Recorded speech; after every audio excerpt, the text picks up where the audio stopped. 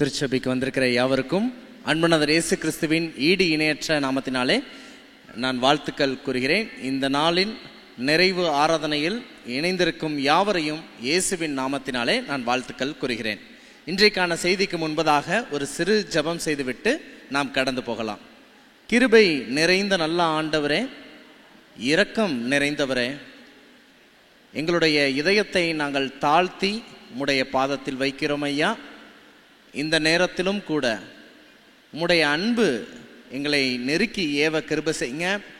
உங்களுடைய வேதத்திலிருந்து ஆழமான சத்தியங்களை நாங்கள் பெற்றுக்கொள்ள கற்றுக்கொள்ள எங்கள் இதயத்தை மாற்றிக்கொள்ள உதவி செய்யுங்கப்பா. மற்றொரு நாளாக இது அமைந்து விடாதபடிக்கு இன்றைக்கு ஆண்டவருடைய பாதத்திலிருந்து சத்தியங்களை படித்தோம் என்ற உள்ளார்ந்த உணர்வோடு கடந்து செல்ல கிருபை செய்யுங்க. ஆண்டவரே, இந்த நாளில் எங்களோடு கூட இருந்து பாடல் நடத்தி ஜெபித்து ஆண்டவரே ஆசீர்வதித்த எல்லா பிள்ளைகளையும் நீர் ஆசீர்வதிக்க வேண்டுமாய் ஜெபிக்கிறோம். இணையத்தில் இணைந்திருக்கிற ஒவ்வொருவரையும் ஆசீர்வதிக்க வேண்டுமாய் இயேசுவின் நாமத்தில் ஜெபிக்கிறோம். ஜெபங்கேளும் நல்ல பிதாவே, ஆமென் ஆமென். இன்றைய தினத்தின் தலைப்பு நல்ல சமாரியன் எங்கே போனார். நல்ல சமாரியன் எங்கே போனார் என்ற தலைப்பின் கீழாக நாம் தியானிக்க போகின்றோம். இந்த நல்ல சமாரியன் உவமை என்பது தெரியாத கிறிஸ்தவர்களே இருக்க முடியாது என்று சொல்லும் அளவிற்கு மிகவும் பரீட்சையப்பட்ட ஒரு உவமை. இந்த உவமையை முதலாவதாக நடந்த நிகழ்வை உங்களுக்கு தெளிவுபடுத்திவிட்டு பிற்பாடு நல்ல சமாரியன் எங்கே போனார் என்ற பிரசங்கத்தின் மையத்தில் உங்களோடு கூட பகிர்ந்து கொள்ள வேண்டும் என்று விரும்புகிறேன். இந்த சம்பவம், இந்த நிகழ்வு எப்படியாக நடக்கிறது என்று நம்ம பார்க்கலாம். ஓகே. ஆண்டவராகிய இயேசு கிறிஸ்து ஒரு நியாயசாஸ்திரியினிடத்தில் உரையாடல் நடத்தி கொண்டிருக்கும் போது இந்த உவமையை சொல்லுவதாக லூக்கா 10ஆம் அதிகாரம் பதிவு செய்து வைத்திருக்கிறது. இந்த நல்ல சமாரியனின் உவமையை ஆண்டவராகிய இயேசு கிறிஸ்து பேசினார் என்பதை லூக்கா சுவிசேஷகன் மட்டுமே பதிவு செய்து வைத்திருக்கிறார். வேறு எந்த சுவிசேஷகனும் பதிவு செய்யவில்லை. சரிங்களா? ஓகே. ஆண்டவராகிய இயேசு கிறிஸ்து இந்த உவமையை அந்த நியாயசாஸ்திரியினிடத்திலும் அவனை சுற்றிலும் இருந்தவர்கள் மத்தியிலும் தன்னுடைய சீஷர்கள் இருக்கும் போதும் இதனை சொன்னார் என்பதை நாம் பார்க்கலாம். சரிங்களா? ஒரு மனிதன் எரிகோவை நோக்கி எருசலேமில் இருந்து எரிகோவை நோக்கி பயணம் செய்கிறான். போகும் வழியில் திருடரிடம் மாட்டிக்கொள்கிறான். அப்பொழுது ஆசாரியன் ஒருவன் அங்கே வந்து கண்டுகொள்ளாமல் கடந்து செல்வதை பார்க்க முடிகிறது. அவர்களுக்கு பின்பதாக லேவியன் ஒருவன் வருகிறான். அவனும் கண்டுகொள்ளாமல் கடந்து செல்கிறான். அதற்கு பின்பாக நல்ல சமாரியன் வந்து அவன் காயங்களை கட்டி மருந்து போட்டு அவனை சத்திரத்துக்கு அழைத்து சென்று பிற்பாடு அவன் வைத்தியத்திற்கு தேவையான 2 பணத்தையும் கொடுத்தான். இதோடு இந்த உவமை நிறைவு பெறுகிறது. சரிங்களா? இந்த உவமை தெரியாத கிறிஸ்தவர்களே இருக்க முடியாது என்று நான் சொன்னது மெய்தான். அவ்வளவு பிரபலமான ஒரு உவமை. சரிங்களா? ஓகே. இந்த உவமையில் சொல்லப்பட்ட நபர்கள் யார் யார்? ஃபர்ஸ்ட் எப்பயுமே ஒரு உவமை படிக்கிறோம், இல்லை பைபிள் ஒரு நிகழ்வு படிக்கிறோம் அப்படின்னா நாம் சிந்திக்க வேண்டிய விஷயம் என்னன்னா, what are the characters involved in the story. அந்த சம்பவத்தில் என்னென்ன கதாபாத்திரங்கள் சரித்திர நபர்கள் இடம்பெற்றிருக்கிறார்கள் என்று பார்க்கணும். சரிங்களா? இந்த லிஸ்ட்ல பார்த்தீங்க அப்படின்னா பெயர் சொல்லப்படாத நபர், ஒரு நபர் எரிகோவிலிருந்து எருசலேமில் இருந்து எரிகோவுக்கு போகிறார் அல்லவா, அந்த நபரின் பெயர் பதிவு செய்யப்படவில்லை. பெயர் பதிவு செய்யப்படாத ஒரு நபர். அடுத்ததாக அவரை காயப்படுத்தின கள்ளர்களை பற்றி வேதம் பதிவு செய்து வைத்திருக்கிறது. அதற்கு பிற்பாடு லேவியன் மற்றும் ஆசாரியனை பற்றி நாம படிக்கிறோம். அதற்கு பிற்பாடு லேவியன் மற்றும் ஆசாரியன் வருவதை பார்க்க முடிகிறது. அதற்கு பிற்பாடு நல்ல சமாரியன், அதற்கு பிற்பாடு சத்திரத்தான், அதற்கு பிற்பாடு மனிதன் அல்லாமல் சுய வாகனம் என்ற வார்த்தை இருக்கிறது. அது என்ன அப்படின்னா, கழுதை அல்லது ஒட்டகமாக இருக்க வேண்டும். சாதாரண மனிதர்கள் கழுதையை அதிகமாக பயன்படுத்தியதால் இங்க நான் கழுதைன்னு போட்டிருக்கிறேன். அப்போ ஒரு உவமையை படிக்கும்போது அங்கே பெயர் சொல்லப்படாத நபர் திருடர்கள் வருவதை பார்க்க முடிகிறது.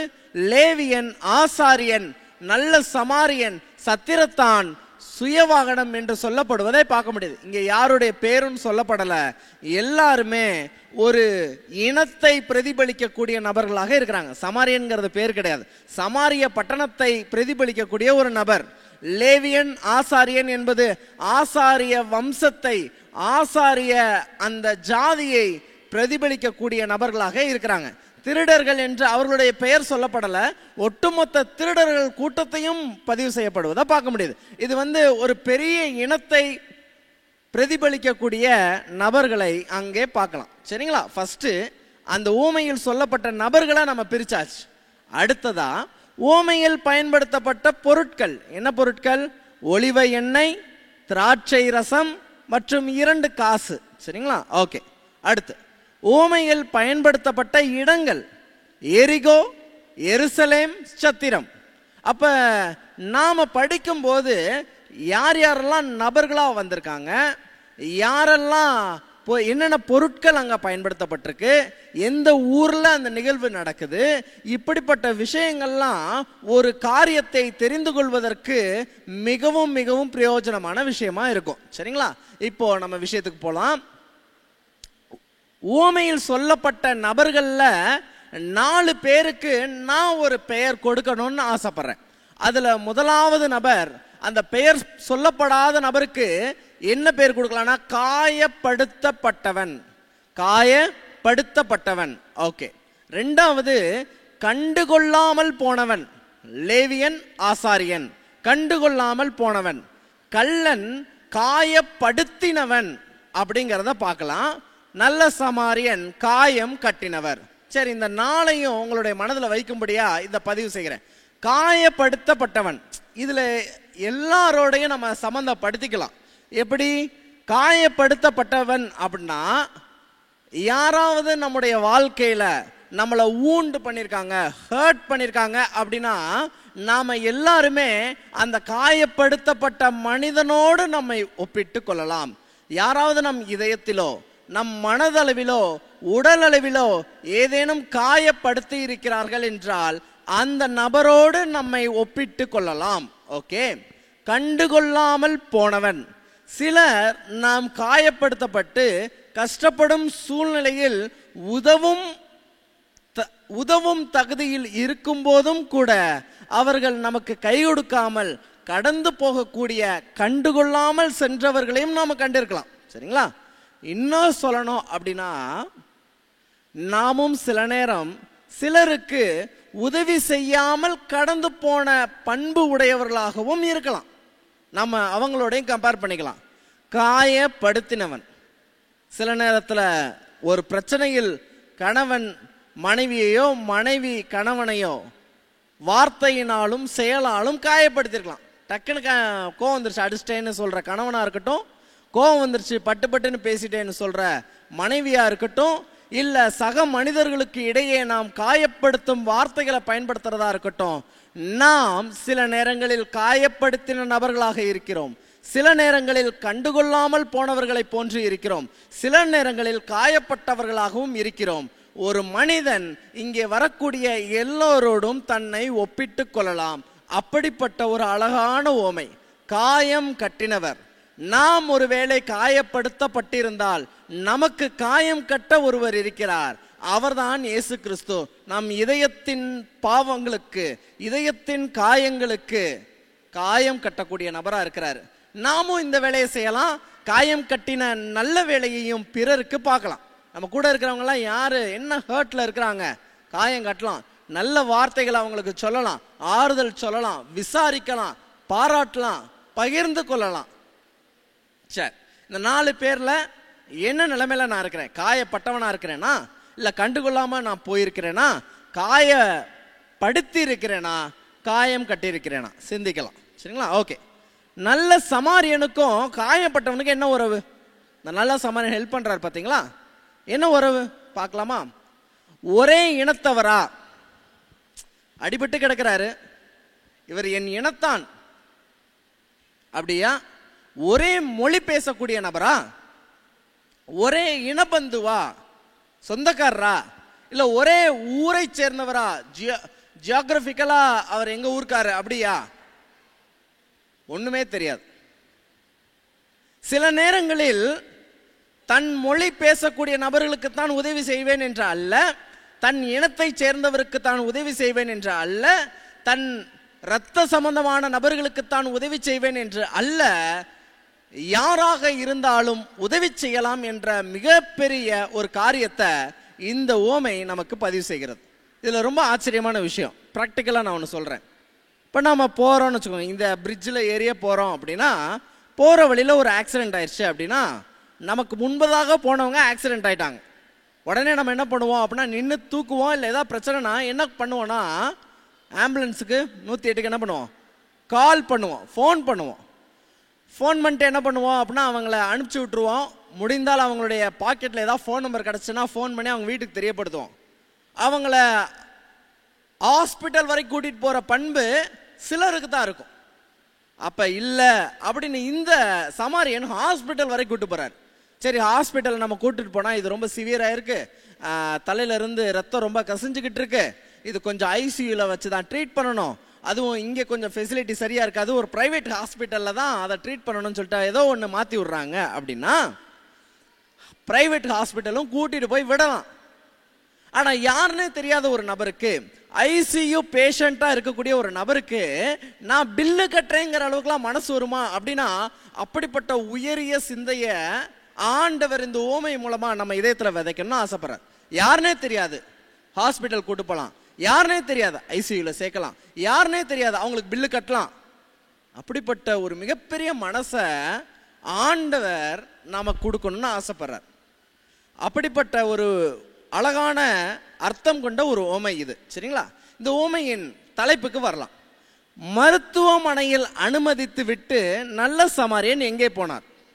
இப்போ விஷயம் பாருங்க, இந்த கதை எப்படி முடிஞ்சிருந்தா நல்லா இருந்திருக்கும், இதை விட நல்லா இருந்திருக்கும் அப்படின்னு நான் யோசிச்சேன். என்னன்னா, ஆசாரியன் லேவியன் கண்டுகொள்ளாமல் போயிட்டாரு, நல்ல சமாரியன் வந்து காயம் கட்டி ஹாஸ்பிட்டலில் சேர்த்துட்டு பணம் கட்டிட்டாரு, கூடவே இருந்து டெய்லி சாப்பாடெல்லாம் ஊட்டி விட்டு அவர் குணமாற வரைக்கும் அங்கேயே இருந்தாரு. பிற்பாடு அவர் குணமானதுக்கு அப்புறம் அவரை போய் வீட்டில் விட்டுட்டு அவரும் வீட்டுக்கு போயிட்டாருன்னு எழுதப்பட்டிருந்துச்சுன்னா இந்த ஓமை ரொம்ப நல்லா இருந்துச்சே அப்படின்னு நான் நினைச்சிருந்திருக்கலாம்.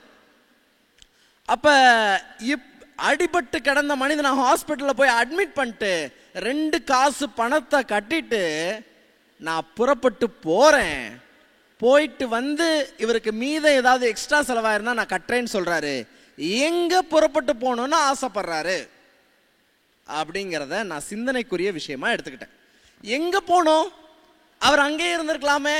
யாரும் செய்யாத அளவுக்கு ஐசியூ பேஷண்ட் அட்மிட் பண்ணியிருக்காரு, யாரும் செய்யாத அளவுக்கு பணம் கட்டி இருக்கிறாரு, யாரும் செய்யாத அன்பு அவர்கிட்ட வெளிப்பட்டிருக்கு.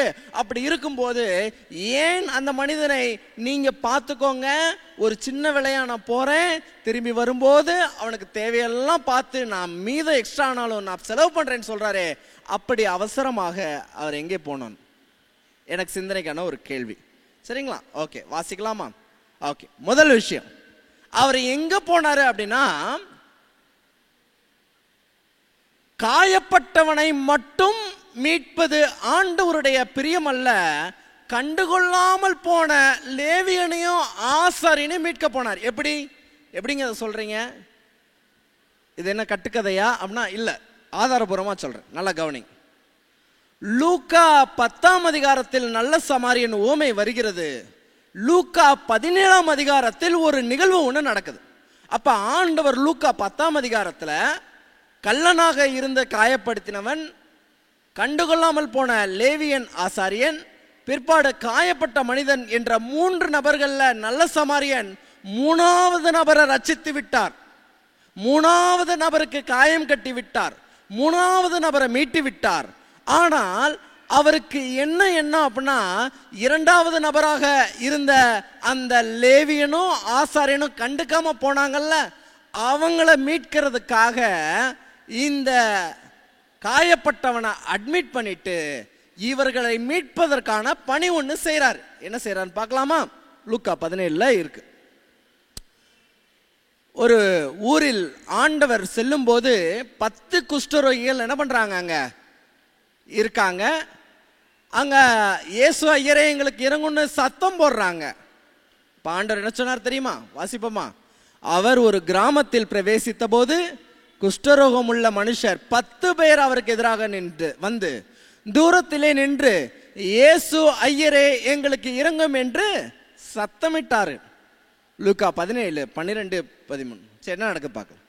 அவர்களை அவர் பார்த்து, நீங்கள் போய் ஆசாரியர்களுக்கு உங்களை காண்பீங்க.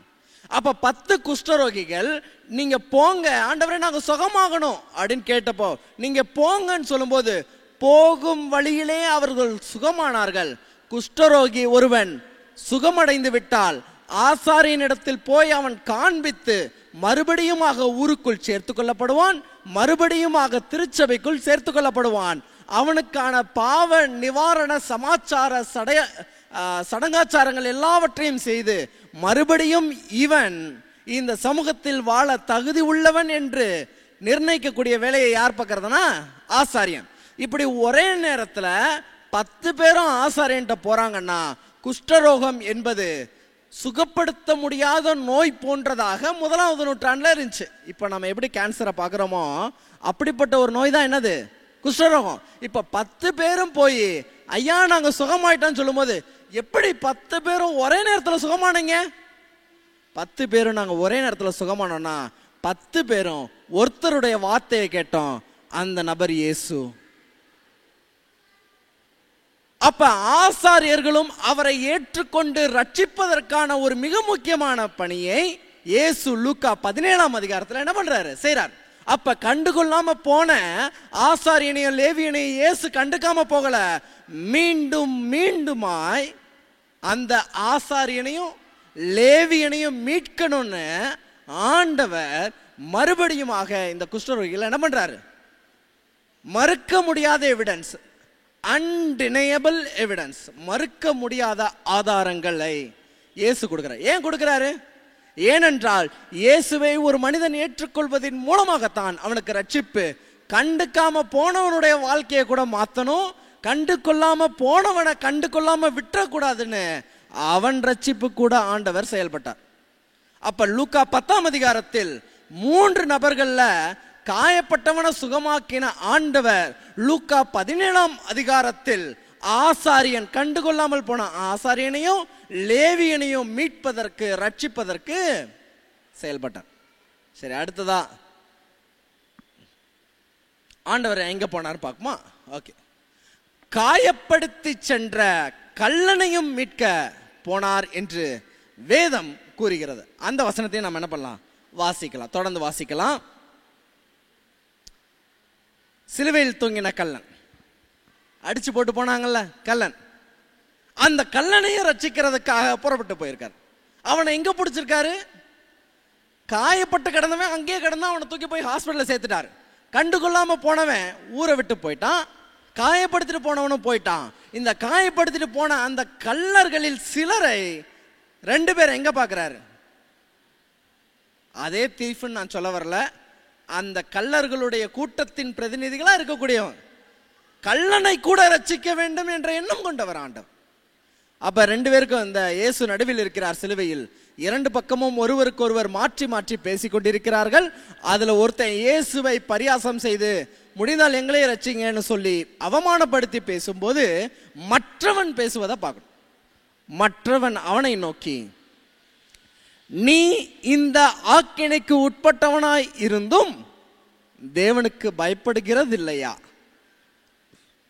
நாமோ நியாயப்படி தண்டிக்கப்படுகிறோம், நாம் நடப்பிக்கத்தக்கவைகளுக்கு தக்கதாக பலன் அடைகிறோம், இவரோ தகாததொன்றையும் நடப்பிக்கவில்லையே என்று அவனை கடிந்து கொண்டு இயேசுவை நோக்கி, ஆண்டவரே நீர் உம்முடைய ராஜ்யத்தில் வரும்போது அடியேனை நினைத்தருள். இப்ப நல்லா கவனிங்க, நல்ல சமாரியன் ஓமையில் இயேசு நான் புறப்பட்டு ஒரு வேலையாக போகிறேன், இந்த மனிதனை பார்த்து கொள்ளுங்கள் என்று சொல்லும் போது காயப்படுத்தினவனை அங்கே மீட்டு விட்டார். லூக்கா 17ஆம் அதிகாரத்தில் கண்டுகொள்ளாமல் போன ஆசாரியனையும் ரட்சிக்க ஆண்டவர் விரும்புகிறார். லூக்கா 23இல் காயப்படுத்தி போன கள்ளனையும் ரட்சிக்க விரும்புகிறார். ஆண்டவருக்கு எத்தனை பேர் தேவைனா? 3 பேர் தேவை.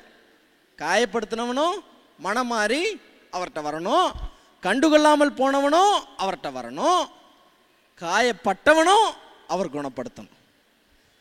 இப்படியாக ஏன் அவர் போனார்னா, காயப்படுத்தினவனையும் ரட்சித்தார், கண்டுகொள்ளாமல் போனவனையும் ரட்சித்தார், காயப்படுத்தின கள்ளனையும் ரட்சித்தார். அப்ப ஆண்டவருடைய desire, the desire of God, ஆண்டவருடைய வாஞ்சை பாவிகளை ரட்சிக்கவே கிறிஸ்து இயேசு உலகத்திற்கு வந்தார். அதிலே ஒவ்வொருவரும் ஒவ்வொரு இடத்தில் இருக்கிறார்கள். சிலர் காயப்படுத்தி பாவம் செய்து விடுகிறார்கள், சிலர் கண்டுகொள்ளாமல் பாவம் செய்து விடுகிறார்கள், சிலருடைய பாவத்தின் விளைவை அனுபவிக்கக்கூடிய காயப்படுத்தப்பட்ட சூழ்நிலையில் இருக்கிறாங்க. எப்படிப்பட்ட சூழ்நிலை இருந்தாலும் எல்லாரையும் ரட்சிக்கணும்னு ஆண்டவர் விரும்புகிறார். அவங்கள போய் ரட்சித்துட்டு சிலுவையில் ஆண்டவர் புறப்பட்டு போனார், சிலுவையை நோக்கி புறப்பட்டு போனார். போகும் வழியில் ஆசாரியனும் லேவியனும் கண்டுகொண்டார், சிலுவையில் கல்லனையும் கண்டுகொண்டார். அவர் மீண்டு வரும்போது அவருடைய பலனை அவர் அடைந்து தீர்வார் என்று நாம் விசுவாசிக்கலாம். இப்படிப்பட்ட எண்ணம் நமக்கு இருக்கணும். எல்லாரையும் நேசிக்கணும், எல்லாரையும் ரட்சிக்கணும், எல்லாரையும் மீட்கணும். இனம் கடந்து, மொழி கடந்து, உறவுகள் கடந்து, பந்தங்கள் கடந்து எல்லாரையும் நேசித்து எல்லாரையும் ரட்சிக்கணுங்கிற எண்ணம் இருக்கு. விசேஷமா பிழை உள்ளவர்கள், பலவீனமானவர்கள், இப்படிப்பட்டவர்களை மீட்கக்கூடிய த பேஷன், மனது இருக்கும், வாஞ்ச, வைராக்கியம் இருக்கும். அப்படிப்பட்ட ஒரு வைராக்கியம் ஆண்டவருக்கு இருந்துச்சு. நல்ல சமாரியன் ஓமை நம் வாழ்க்கையாக மாறட்டும். இந்த வார்த்தைகள் நம் வாழ்க்கையில் கிரியை செய்யட்டும். கர்த்தர் இந்த நல்ல வாய்ப்பை அடியனுக்கு தந்ததற்காக நன்றி. ஒரு சிறு ஜெபம் செய்வோம். யாவரும் எழும்பி நிற்போம். ஒரு சிறு ஜெபம் செய்யலாம். கிருபை நிறைந்த நல்ல ஆண்டவரே, ஐயா, உங்களுடைய பாதத்துக்கு வந்திருக்கணும். யாரென்று தெரியாத போதும் இரக்கம் காட்டின நபராய் நல்ல சமாரியன் காயப்பட்டு கிடந்த நபருக்கு காட்டின தயவுக்காக நன்றி. அநேக நேரத்தில் எங்கள் வாழ்க்கையில எங்கள் மனதை உற்றார் உறவினரும், வேலை செய்யக்கூடிய இடங்கள்லையோ, இனபந்துக்களோ காயப்படுத்தியிருக்கிறாங்க. ஆனால் நீங்கள் எல்லாருடைய காயத்தையும் கட்டுறவங்களா நாங்கள் பார்த்தோம். எங்கள் காயத்தை நீங்கள் கட்டணும்னு நாங்கள் விரும்புகிறோம். ஆண்டவரே, எங்களை காயப்படுத்தினவங்களே நீங்கள் நேசிக்கிறீங்கிற சத்தியத்தையும் நாங்கள் புரிஞ்சுக்கிட்டோம்ப்பா. அப்படிப்பட்டவங்களே ரட்சிக்க நீங்கள் விரும்புகிறீங்கிறத நாங்கள் தெரிஞ்சுக்கிட்டோம். அப்படிப்பட்டவர்களை ரட்சிக்கணுங்கிற மனசையும் எங்களுக்கு தருவீங்கன்னு நாங்கள் விரும்புகிறோம்ப்பா. கள்ளனையும் ரட்சித்தீர், ஆசாரியனையும் லேவியனையும் ரட்சித்தீர். இப்படி பாவிகள் மீது, பலவீனர்கள் மீது, தவறுகிறவர்கள் மீது, பொல்லாதவர்கள் மீது, அக்கிரமக்காரர்கள் மீது, துன்மார்க்கர் மீது எங்கள் இதயம் இரக்கம் கொள்ளட்டும். நல்ல சமாரியனைப் போல் நல்ல சமாரியனாகிய ஆண்டவராகிய இயேசு கிறிஸ்துவின் பண்பு எங்கள் இதயத்தில் வரட்டும். இந்த வார்த்தைகள் இங்கே இருக்கக்கூடிய, கேட்கக்கூடிய, பார்க்கக்கூடிய எல்லாருடைய இதயத்திலும் விதையாக இருக்கட்டும். தாழ்மையோடு ஏறெடுக்கிற இந்த ஜெபத்தை கேட்டு தயவு காண்பியும். இயேசுவின் ஈடு இணையற்ற நாமத்தில் ஜெபிக்கிறோம் ஜெபங்களும் நல்ல பிதாவே. ஆமேன், ஆமேன்.